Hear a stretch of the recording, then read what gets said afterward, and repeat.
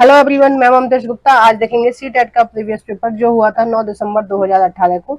और इससे पहले हमने कई सारे प्रीवियस पेपर कर लिए हैं सी टेट के। अगर आपने नहीं देखे हैं तो आप इसी वीडियो के डिस्क्रिप्शन में जाकर देख सकते हैं। सी टेट के प्रीवियस पेपर की लिंक डली हुई है और आप उस लिंक पर क्लिक करके जितने भी सी टेट के अब तक के प्रीवियस पेपर हुए हैं सभी को देख सकते हैं। और ये साइड में जितनी भी प्लेलिस्ट लगी हुई हैं ये सभी मैंने पढ़ाई है। एनसीईआरटी को बहुत ज्यादा डिटेल में पढ़ाया है, 6th, 7th और 8th की एनसीईआरटी, क्योंकि इनसे बाहर कुछ नहीं आता है। 6th, 7th और 8th की आप हिस्ट्री, ज्योग्राफी और पॉलिटिकल साइंस कर सकते हैं। मैंने आपके सी टेट के पेपर को ध्यान में रखते हुए पहले किसी चैप्टर को कराया, उसके बाद उस चैप्टर की क्वेश्चन आंसर कराए हैं, ताकि कुछ भी चीज ना छूटे जो एग्जाम में पूछी जाती है। तो आप मेरे कहने से प्लीज 5 मिनट का समय खर्च करके मेरी इन प्लेलिस्टों को जाकर देख सकते हैं। ठीक है, एमसीक्यू की अलग है और थ्योरी वाली अलग है, दोनों प्लेलिस्ट अलग अलग है। तो अगर आपको थ्योरी देखनी है तो थ्योरी वाली पर क्लिक करना और एमसीक्यू देखनी है तो एमसीक्यू वाली पर क्लिक करना। आइए शुरू करते हैं। क्वेश्चन नंबर 31, स्थल का एक सकरा भाग जो दो बड़े स्थलीय भागों को एक दूसरे से जोड़ता है उसे क्या कहते हैं? पहला है स्थल संधि, दूसरा है द्वीप, तीसरा है खाड़ी, चौथा है जल संधि। तो इसका जो सही आंसर हो जाएगा वो हो जाएगा आपका पहला, स्थल संधि। और इसको मैं आपको बताती हूँ कि ये आया है आपका 6th क्लास की ज्योग्राफी एनसीईआरटी से, चैप्टर नंबर 5 से आया है। और देखिए जितने भी क्वेश्चन आते हैं मैं सबका प्रूफ आपको इस वीडियो में दूंगी।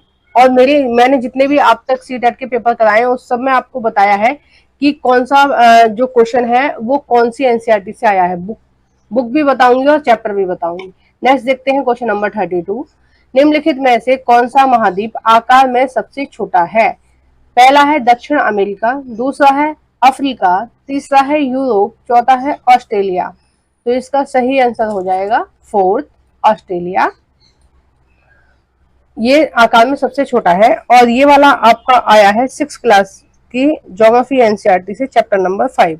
और देखिए एक बार हम लोग इसको मैप पर भी देख लेंगे ताकि आपको चीजें क्लियर हो जाएंगी। ठीक है, अभी मैं आपको मैप पर भी दिखा देती हूँ। देखिए ये हमारा वर्ल्ड मैप खुल के आ गया और ये 6th क्लास की एनसीईआरटी से ही मैंने ली है इसकी पीडीएफ। अब देखिए जितने भी महाद्वीप हैं, चाहे एशिया महाद्वीप है, यूरोप है, उत्तरी अमेरिका है, दक्षिणी अमेरिका है, अफ्रीका है, इन सब में सबसे छोटा आपको कौन नजर आ रहा है? ऑस्ट्रेलिया नजर आ रहा है। ठीक है, और ऑस्ट्रेलिया से केवल एक ही रेखा गुजरती है, वो है आपकी मकर रेखा। बाकी ना तो विषुवत रेखा गुजरती है और ना ही आपकी कर्क रेखा गुजरती है। जबकि हमारी भारत के बीचों बीच से कौन सी रेखा निकली है? कर्क रेखा निकली है। ठीक है, तो ऑस्ट्रेलिया में जो देखिए जो मकर रेखा से नीचे वाला है उसमें ज्यादातर ठंड ही पड़ती है, क्योंकि सूर्य की किरणें जो है वो कर्क रेखा से मकर रेखा तक सीधी पड़ती हैं, बाकी की पृथ्वी पर तिरछी पड़ती हैं। तो इधर और इधर आपको सर्दियां ही मिलेंगी, यानी कि ठंडी जलवायु मिलेगी, क्योंकि जब सीधी किरणें सूर्य की नहीं पड़ रही हैं तो कैसी जलवायु हो जाएगी? ठंडी जलवायु हो जाएगी। अभी हम देख रहे थे स्थल संधि के बारे में, पिछले क्वेश्चन में हमने देखा था। तो देखो स्थल संधि किसको बोलते हैं? देखो ये जो है ये यहाँ पर एक संधि का, इस संधि का नाम है पनामा। दो स्थल भागों को जब एक छोटा सा सकरा स्थल भाग जोड़ता है तो उसको हम क्या बोलते हैं? उसको बोलते हैं स्थल संधि। ठीक है, जब स्थल का एक सकरा भाग जो दो बड़े स्थलीय भागों को जोड़ता है उसको क्या बोलते हैं? स्थल संधि। और यहाँ पर जो स्थल संधि है उसका नाम है आपका पनामा। ठीक है, पनामा स्थल संधि है। अब ध्यान रखना उत्तरी अमेरिका दक्षिणी अमेरिका के बीचों बीच कौन सी है? पनामा स्थल संधि है। ठीक है, जल संधि नहीं है, स्थल संधि है। जल संधि उसको बोलते हैं जब दो भूखंडों को या दो भूमि के बड़े भागों को कोई जल का मतलब है कोई नदी या कोई इस तरह की चीज जोड़ रही होती है तो उसको हम जल संधि बोलते हैं। ठीक है, जल संधि के भी आगे उदाहरण आएंगे तो मैं आपको बताऊंगी। अगर जो मध्यस्थता है वो अगर जल का कोई स्रोत कर रहा है तो हम उसको जल संधि का नाम देंगे, और स्थल है तो स्थल संधि का नाम देंगे। ठीक है, और बहुत इंपॉर्टेंट है ये वाला वर्ड में, आप इसको प्लीज रट लीजिए। एनसीईआरटी में जितने भी मैप दे रखे हैं आप सभी को रट लीजिए, क्योंकि वो सारे ही बहुत ज्यादा इंपॉर्टेंट है। ठीक है, आइए नेक्स्ट देखते हैं क्वेश्चन नंबर 3। उच्च प्राथमिक स्तर पर 33 उच्च प्राथमिक स्तर पर सामाजिक विज्ञान में शामिल है। उच्च प्राथमिक स्तर पर जिस स्तर के लिए आप सीटेट की तैयारी कर रहे हैं, ये उस स्तर की बात हो रही है। उच्च प्राथमिक में कौन सा स्तर आता है? 6 to 8 वाला स्तर आता है। ठीक है, प्राथमिक में कौन सा आता है? 1 to 5 आता है, और उच्च प्राथमिक में आता है आपका 6 to 8। ठीक है, स्तर पर सामाजिक विज्ञान में शामिल है। क्या क्या चीज शामिल होती है? यानी कि आपसे सीधे सीधे पूछा जा रहा है कि 6, 7 और 8 में सामाजिक विज्ञान के कौन कौन से सब्जेक्ट होते हैं, या सामाजिक विज्ञान की कौन कौन सी बुक होती हैं। तो ये इसका आंसर आप सभी लोग जानते होंगे। तो इसका आंसर है आपका दूसरा, इतिहास, भूगोल, राजनीति विज्ञान और अर्थशास्त्र। और आप कहेंगे कि एनसीईआरटी तो नहीं आती है अर्थशास्त्र की, लेकिन ज्यादातर स्टेट में जो इकोनॉमिक्स है वो 6 क्लास से ही स्टार्ट हो जाती है। ठीक है, कई सारे स्टेटों में 6 क्लास से ही स्टार्ट हो जाती है। और दूसरी बात ये भी है यहाँ पर कि ऑप्शन में ये तीनों नहीं दिए हुए हैं। ठीक है, अगर आप इस वाले ऑप्शन को सही करेंगे तो राजनीति विज्ञान रह जाएगा। ठीक है, हमें तो राजनीति विज्ञान भी लेना है। तो अगर अर्थशास्त्र नहीं होता तब भी ये वाला ऑप्शन सही होता, अर्थशास्त्र है तब भी ये सही है। जबकि मेनली जो एनसीईआरटी की बुक है 6 क्लास में, 6, 7 और 8 में हिस्ट्री है, ज्योग्राफी है और राजनीति विज्ञान है। नेक्स्ट देखते हैं क्वेश्चन नंबर 34। देखो ये पेडागोजी का क्वेश्चन है, और हम जब सभी को डिस्कस कर रहे हैं तो किसी एक आध क्वेश्चन को नहीं छोड़ेंगे, क्योंकि पेपर में तो दोनों ही चीज आएंगी, पेडागोजी भी आएगी और आपके सब्जेक्ट से रिलेटेड भी आएंगे। ठीक है, तो हम जब पेपर को डिस्कस कर रहे हैं तो हम पूरा ही पेपर डिस्कस करेंगे। तो आग्नात्मक अधिगम क्या होता है? ठीक है, सबसे पहले हम उसके बारे में जानते हैं कि आग्नात्मक अधिगम क्या होता है। इसमें बच्चा जो है वो तर्क के आधार पर सीखता है चीजों को, प्रयोग करके सीखता है चीजों को। ठीक है, विशिष्ट से सामान्य सीखता है, या फिर मूर्त से अमूर्त की तरफ जाता है। कोई भी क्रिएटिविटी बच्चा खुद करके सीख रहा है, या एक्सपेरिमेंट करके सीख रहा है, या प्रयोग करके सीख रहा है, तो इस विधि को हम क्या बोलेंगे? आग्नात्मक अधिगम। तो आग्नात्मक अधिगम आपको समझ में आ गया होगा। निम्नलिखित में से किस विधा का विरोधाभासी है? यानी कि कौन सी चीज है जो इसकी विरोधाभासी है? ठीक है, वो हमें देखना है। कौन से इसमें कथन ऐसा है, कौन सा इसमें ऑप्शन ऐसा है जो इसका विरोधाभास कर रहा है, यानी कि इसका अपोजिट है। ठीक है, पहला है संरचनात्मक प्रशिक्षण, दूसरा है अनुकरण, तीसरा है निपुणात्मक अधिगम, और चौथा है व्याख्यात्मक शिक्षण। देखो, व्याख्यात्मक जो शिक्षण होता है वो क्या है? वो एक तरह से उसमें बच्चे की भूमिका नहीं होती है, उसमें पूरी की पूरी टीचर की भूमिका होती है। ठीक है, व्याख्यात्मक जो शिक्षण होता है वो एक तरह से शिक्षक केंद्रित होता है, ना कि बाल केंद्रित होता है। जबकि आग्नात्मक जो अधिगम है वो बाल केंद्रित है। ठीक है, उसमें बच्चा स्वयं सीख रहा है, और व्याख्यान में क्या है? टीचर खुद व्याख्यान दे रहा है और बच्चे उसको सुन रहे हैं, समझने की कोशिश कर रहे हैं। ठीक है, बच्चों का बहुत ज्यादा वो नहीं होता है, क्वेश्चन करना या आंसर पूछना, कुछ भी चीज बहुत ज्यादा नहीं होती है व्याख्यानात्मक शिक्षण में। ठीक है, और ये जो व्याख्यानात्मक शिक्षण है ये अगर हम बात करें तो जो बड़ी क्लासेस होती हैं उनके लिए सही होता है, छोटी क्लासेस के लिए इतना ज्यादा बेनिफिशियल नहीं है। ठीक है, अब देखिए निपुणतात्मक तो आप समझ गए होंगे। अनुकरण का मतलब होता है कि टीचर एक बार करके बता रहा है कोई भी एक्सपेरिमेंट या कोई भी तर्क, उसके बाद बच्चे उससे सीख रहे हैं और उसके जैसा करके दिखा रहे हैं। अब अगर आप साइंस के एक्सपेरिमेंटों की बात करेंगे तो क्या करते हैं? पहले टीचर बताते हैं, फिर बच्चे उसका अनुकरण करते हैं। ठीक है, और अगर आप ज्योग्राफी में देखेंगे, ज्योग्राफी में भी बहुत सारे प्रयोग होते हैं, प्रैक्टिकल्स होते हैं, तो उसमें बच्चों को वो ग्लोब के बारे में समझाएंगे टीचर कि इस तरह से वर्ल्ड मैप है, ये है, वो है, ये उत्तरी अमेरिका है, ये दक्षिणी अमेरिका है, ये इस तरह से महासागर है, पृथ्वी इस तरह से घूमती है। उसके बाद जब टीचर पूछेंगे तो बच्चे उसका अनुकरण करके बताएंगे, यानी कि जिस तरह से टीचर ने समझाया था बच्चों ने उसको अनुकरण करके सीख लिया होगा, उसके बाद वो बच्चे उसको बताएंगे। ठीक है। और संरचनात्मक शिक्षण तो होता है कि बच्चा जो है वो खुद सीख रहा है, क्रिएटिविटी करके सीख रहा है। ठीक है। नेक्स्ट देखते हैं क्वेश्चन नंबर 35। दिए गए कथन ए और बी को पढ़िए और सही उत्तर का चयन कीजिए। कथन है ए, आलोचनात्मक सोच अवधारणाओं के निर्माण तथा विचारों के अनुप्रयोग और विस्तार को बढ़ावा देती है। बिल्कुल सही चीज है ये। सबसे पहले आप जानिए कि आलोचनात्मक सोच क्या होती है। आलोचनात्मक सोच होती है, हम जिस भी टॉपिक के बारे में बात कर रहे हैं, चाहे हिस्ट्री का है, जो ज्योग्राफी का है, चाहे आपका पॉलिटिकल साइंस का है, जिस भी टॉपिक के बारे में हम बच्चों को समझा रहे हैं, बता रहे हैं, उनमें आलोचनात्मक सोच विकसित कर रहे हैं। उस टॉपिक से रिलेटेड बच्चों को संपूर्ण जानकारी होनी चाहिए, उसके गुण भी पता होने चाहिए, उसके दोष भी पता होने चाहिए। ठीक है। उसकी पूरी जानकारी देना आलोचनात्मक सोच की अवधारणा होगा। जैसे अगर हम बात कर रहे हैं कि बाल केंद्रित शिक्षा के ऊपर, तो बाल केंद्रित शिक्षा के कौन से लाभ हैं, कौन से दोष हैं, सारी चीज हम पहले बच्चों को बता देंगे। उसके बाद हम आलोचनात्मक चिंतन बच्चों से करवाएंगे। ठीक है। और हम देखेंगे कि बच्चों ने कितना सीखा किसी भी चीज के बारे में, है ना। मतलब उस टॉपिक से रिलेटेड सारे पहलू बच्चों को बताना आलोचनात्मक सोच या अवधारणा के निर्माण से संबंधित है।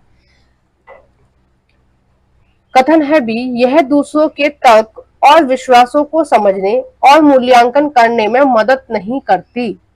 तो आपका ये वाला जो ऑप्शन है ये हो जाएगा गलत, कि जो आलोचनात्मक सोच है वो तर्क पर आधारित है।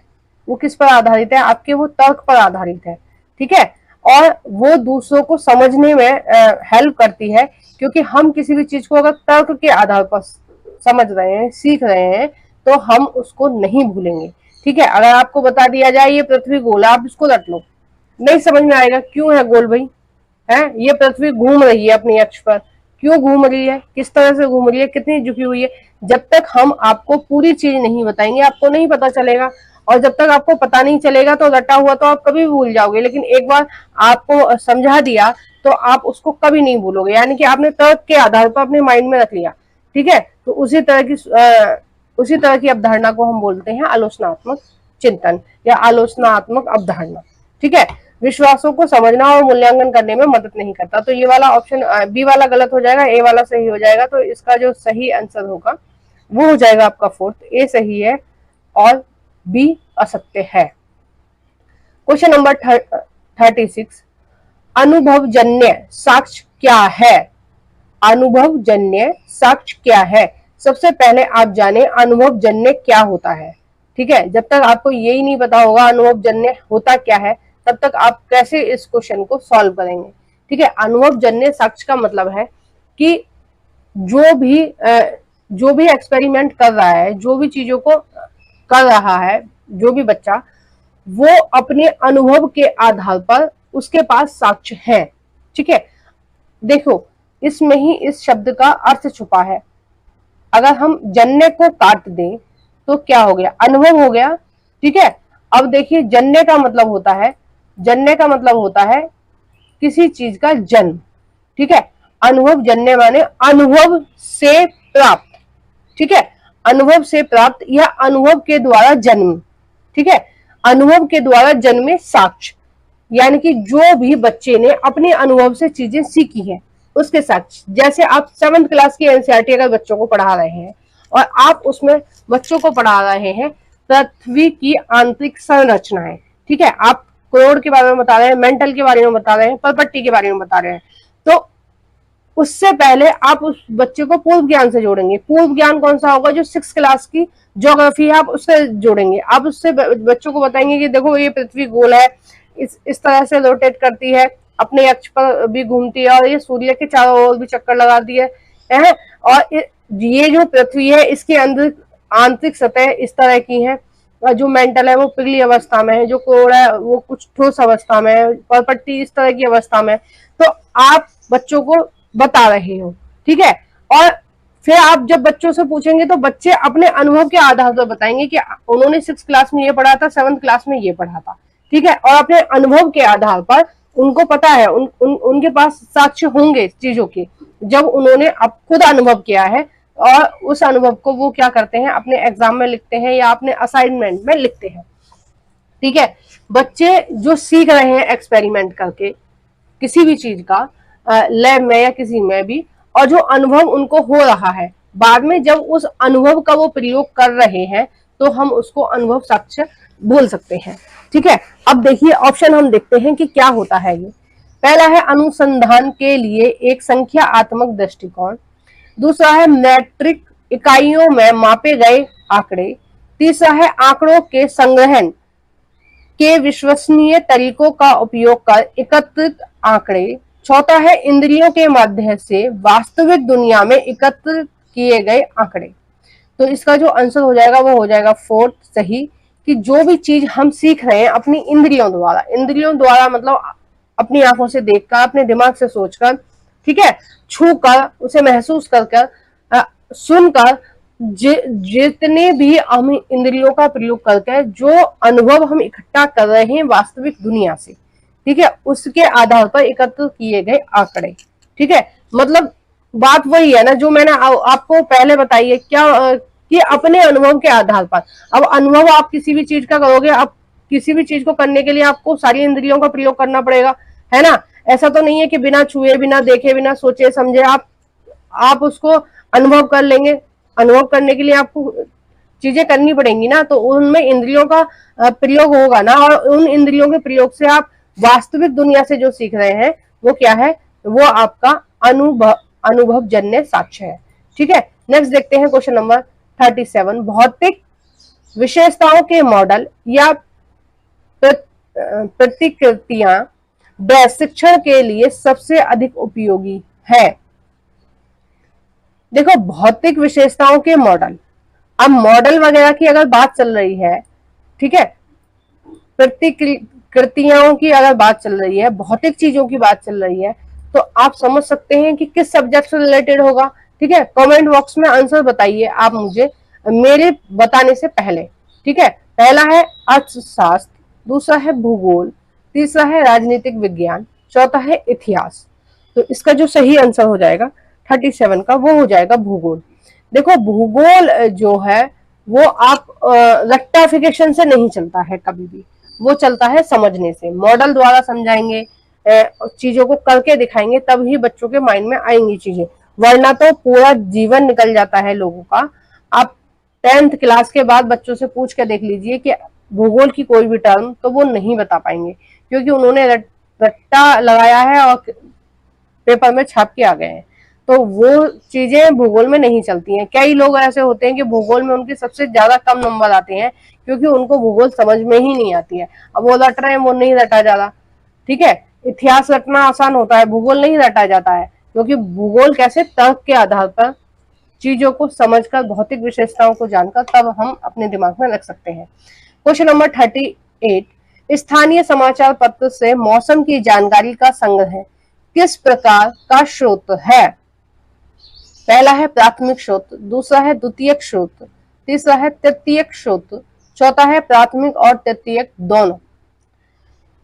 देखिए स्थानीय समाचार से मौसम की जानकारी, हम किसके बारे में पता कर रहे हैं, मौसम की जानकारी का पता कर रहे हैं। और मौसम की जानकारी का जो पता चलेगा हमें कहां से चलेगा, सबसे पहले कहां से चलेगा, हमें समाचार पत्रों से चलेगा, ठीक है। चाहे वो टीवी में आ रहे हैं, चाहे वो न्यूज़पेपर में आ रहे हैं, पर पता कहां से चलेगा, मौसम की जानकारी हमें कहां से पता चलेगी, हमें पता चलेगी सबसे पहले आपके समाचारों से, या समाचार पत्र यानी कि न्यूज़पेपर के बारे में बोल रहे हैं। अब देखिए आंसर तो मैंने आपको बता ही दिया कि इसका आंसर क्या होगा, प्राथमिक स्रोत, ठीक है। सबसे पहले जहां से हमें जानकारी मिलेगी वो प्राथमिक स्रोत है, और प्राथमिक स्रोत से जो चीजें ली जाएंगी वो द्वितीयक स्रोत के अंतर्गत आती है, ठीक है। और जो चीजें द्वितीयक स्रोत से ली जाती हैं वो तृतीयक स्रोत के अंतर्गत आती हैं, ठीक है। अगर वही हम चलो नेक्स्ट देखते हैं क्वेश्चन नंबर 39। ज्यादा एक्सप्लेनेशन करने से वीडियो लंबी हो जाती है और फिर आप लोग बोर हो जाते होंगे, तो मैं शॉर्ट में चीजों को बताने की कोशिश करती हूँ इसलिए। क्वेश्चन नंबर 39, सीखने की अक्षमता वाले विद्यार्थी किस प्रकार की कक्षा में अन्य छात्रों के साथ सीख सकते हैं? यानी कि सीखने की अक्षमता वाले विद्यार्थी का मतलब है कि कुछ बच्चे जिनका आईक्यू लेवल कम होता है, ठीक है, जिनका आईक्यू लेवल 100 से कम होता है, जो चीजों को जल्दी से नहीं समझ पाते हैं, नहीं उनको कैच कर पाते हैं, एक तरह से आप बोल सकते हैं जो विकलांग बच्चे होते हैं, ठीक है, जो विशिष्ट बच्चे होते हैं उनको विशिष्ट भी बोलते हैं, विकलांग बच्चे भी बोल सकते हैं। जो सीखने की अक्षमता वाले बच्चे हैं वो सामान्य कक्षा में अन्य छात्रों के साथ जब सीखते हैं तो हम उसको क्या बोलेंगे? पहला है विशेष, दूसरा है समावेश, तीसरा है आधुनिक और चौथा है अन्य। तो इसका जो सही आंसर हो जाएगा वो हो जाएगा दूसरा, समावेश। समावेशी कक्षा कैसी होती है? उसमें जो मंद बुद्धि वाले बच्चे हैं, यानी कि जिनका आईक्यू लेवल 100 से कम है, वो वाले बच्चे भी उसी क्लास में होंगे, जो हैंडीकैप्ट हैं वो वाले बच्चे भी उस क्लास में होंगे, जो सामान्य बच्चे हैं वो भी उसी क्लास में पढ़ेंगे, और जो प्रतिभाशाली बच्चे हैं वो भी उसी क्लास में पढ़ेंगे। यानी कि एक क्लास में हर टाइप के अगर बच्चे पढ़ रहे हैं तो हम उस क्लास को समावेशी क्लास बोल सकते हैं, ठीक है। और अगर आप सरकारी स्कूलों की क्लास में जाएंगे तो आपको जो क्लास है वो समावेशी ही मिलेगी, उसमें आपको हर प्रकार का बच्चा मिलेगा, प्रतिभाशाली भी मिलेगा, सामान्य भी मिलेगा, और कम आईक्यू लेवल वाले बच्चे भी मिलेंगे, विकलांग बच्चे भी मिलेंगे, कुछ बोलने में असमर्थ होंगे, कुछ सुनने में असमर्थ होंगे, कुछ लिखने में असमर्थ होंगे। हर प्रकार के बच्चे आपको गवर्नमेंट स्कूलों की क्लास में मिलेंगे, ठीक है। अगर आप पढ़े होंगे तो आपने देखा भी होगा ये चीज। क्वेश्चन नंबर 40, निम्नलिखित सिद्धांत किसने दिया है? ये सिद्धांत किसका है ये पूछा जा रहा है। ये स्टेटमेंट पढ़ने के बाद हमें पता चलेगा कि ये स्टेटमेंट किसका है। सभी बच्चे विकास के समान अनुक्रम से गुजरते हैं, लेकिन विभिन्न दरों से। इसलिए शिक्षक को पूरी तरह से कक्षा के लिए नहीं बल्कि व्यक्तिगत बच्चों और छोटे समूहों के लिए गतिविधियों की योजना बनानी चाहिए। बच्चों के बारे में जो बहुत ज्यादा गहन अध्ययन किया है और बहुत सारे जो सिद्धांत बनाए हैं, ज्यादातर सिद्धांत जीन पियाजे जी ने बनाए हैं और जो बिल्कुल सटीक बैठते हैं, ठीक है। और जीन पियाजे जी बहुत विस्तार से आपने पढ़ा होगा जीन पियाजे को अपने उसमें बीएड में, ठीक है, आपने बीएड किया है या डीएलएड किया है उसमें आपने बहुत विस्तार से जीन पियाजे के बारे में पढ़ा होगा, तो आपको पता होगा। इन्होंने कैटेगरी वाइज भी बांटा है कि इस उम्र से इस उम्र के बच्चों जो होते हैं वो संवेदनात्मक होते हैं, इस उम्र से इस उम्र के बच्चे जो होते हैं वो मूर्त चिंतन कर सकते हैं, इस उम्र के बच्चे अमूर्त चिंतन करते हैं। तो इन्होंने इस तरह से कैटेगरी वाइज एज के हिसाब से बच्चों को बांटकर भी बताया है, और अनुक्रम भी उन्होंने इसी थ्योरी में समझाया है कि बच्चे किस तरह से सीखते हैं। छोटा बच्चा किस तरह से सीखता है, फिर बड़ा बच्चा किस तरह से सीखता है, फिर उससे बड़ा बच्चा किस तरह से सीखता है। नेक्स्ट देखते हैं क्वेश्चन नंबर 41, कक्षा में सहकारी शिक्षा को बढ़ावा देने के लिए एक शिक्षक को चाहिए। सहकारी शिक्षा का मतलब है कि बच्चे मिलजुल कर आपस में पढ़ना सीख रहे हैं, चीजों को सीख रहे हैं, ठीक है, मिलजुल कर आपस में एक दूसरे का सहयोग कर रहे हैं, मिलजुल कर चीजों को सीख रहे हैं। और क्लासरूम में जो सबसे ज्यादा सीखते हैं वो बच्चे इसी टेक्निक से सीखते हैं। टीचर जो पढ़ा रहे हैं उससे अलग भी बहुत सारी चीजें होती हैं और बच्चे क्लासरूम में ही सीखते हैं, ठीक है, बहुत सारी चीजें सीख जाते हैं बच्चे जिनको टीचर भी नहीं सिखाते हैं। तो ये एक अलग चीज होती है क्लासरूम की और ये विशेषता होती है, ठीक है। और इसलिए जो बच्चा सेल्फ स्टडी कर रहा है, घर में पढ़ रहा है, उस बच्चे के मुकाबले जो बच्चा क्लासरूम में जा रहा है वो उस बच्चे के पास अनुभव ज्यादा होता है, क्योंकि वह 4 स्टूडेंटों के साथ बैठ रहा है, उनकी चीजों को समझ रहा है, देख रहा है। बहुत सारी चीजें हम क्लासरूम से ही सीख जाते हैं, ठीक है, जो कभी हमें घर में नहीं सिखाई जाती हैं, टीचर्स नहीं सिखा रहे, लेकिन हम अपने सहपाठियों को देखकर ही सीख जाते हैं। अब देखिए जब छोटा बच्चा स्कूल में जाता है उसको एक भी गेम खेलना नहीं आता है, ठीक है। और अगर 10th क्लास के आप बच्चे से पूछें तो उसको बहुत सारे गेम आते हैं, बहुत सारी पहेली आती हैं जो उसके माता पिता ने भी कभी नहीं सिखाई होती है और शिक्षक ने भी नहीं सिखाई होती है। वो कहाँ से सीखी होती है, उसने अपने सहपाठियों से सीखी होती है। बोलने का तरीका, चालने का तरीका, ठीक है, ड्राइंग, डांस, सिंगिंग, ये सब बच्चे आपस में ही सीख लेते हैं। पढ़ने लिखने की चीजें भी बच्चे आपस में सीख लेते हैं, एक दूसरे को देखकर अपनी अपनी राइटिंग सुधार लेते हैं कि हमें इससे अच्छा करना है, हमें इससे अच्छा बनना है। इस तरह से बच्चे क्या है आपस में एक दूसरे की मदद करते हैं और बहुत अच्छे से सीख लेते हैं। अब देखिए ऑप्शन कौन सा सही है।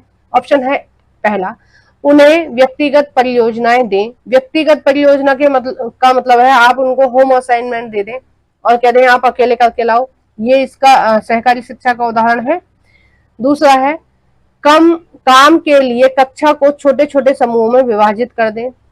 तीसरा है परियोजना को करने के लिए उन्हें विभिन्न स्रोत प्रदान करें, ठीक है, मतलब आप उनको खुद ही सारी चीज प्रोवाइड करा दें कि देखो परियोजना है ये आपको करके लानी है और इससे रिलेटेड जो स्रोत है ये आपको यहाँ से मिलेंगे।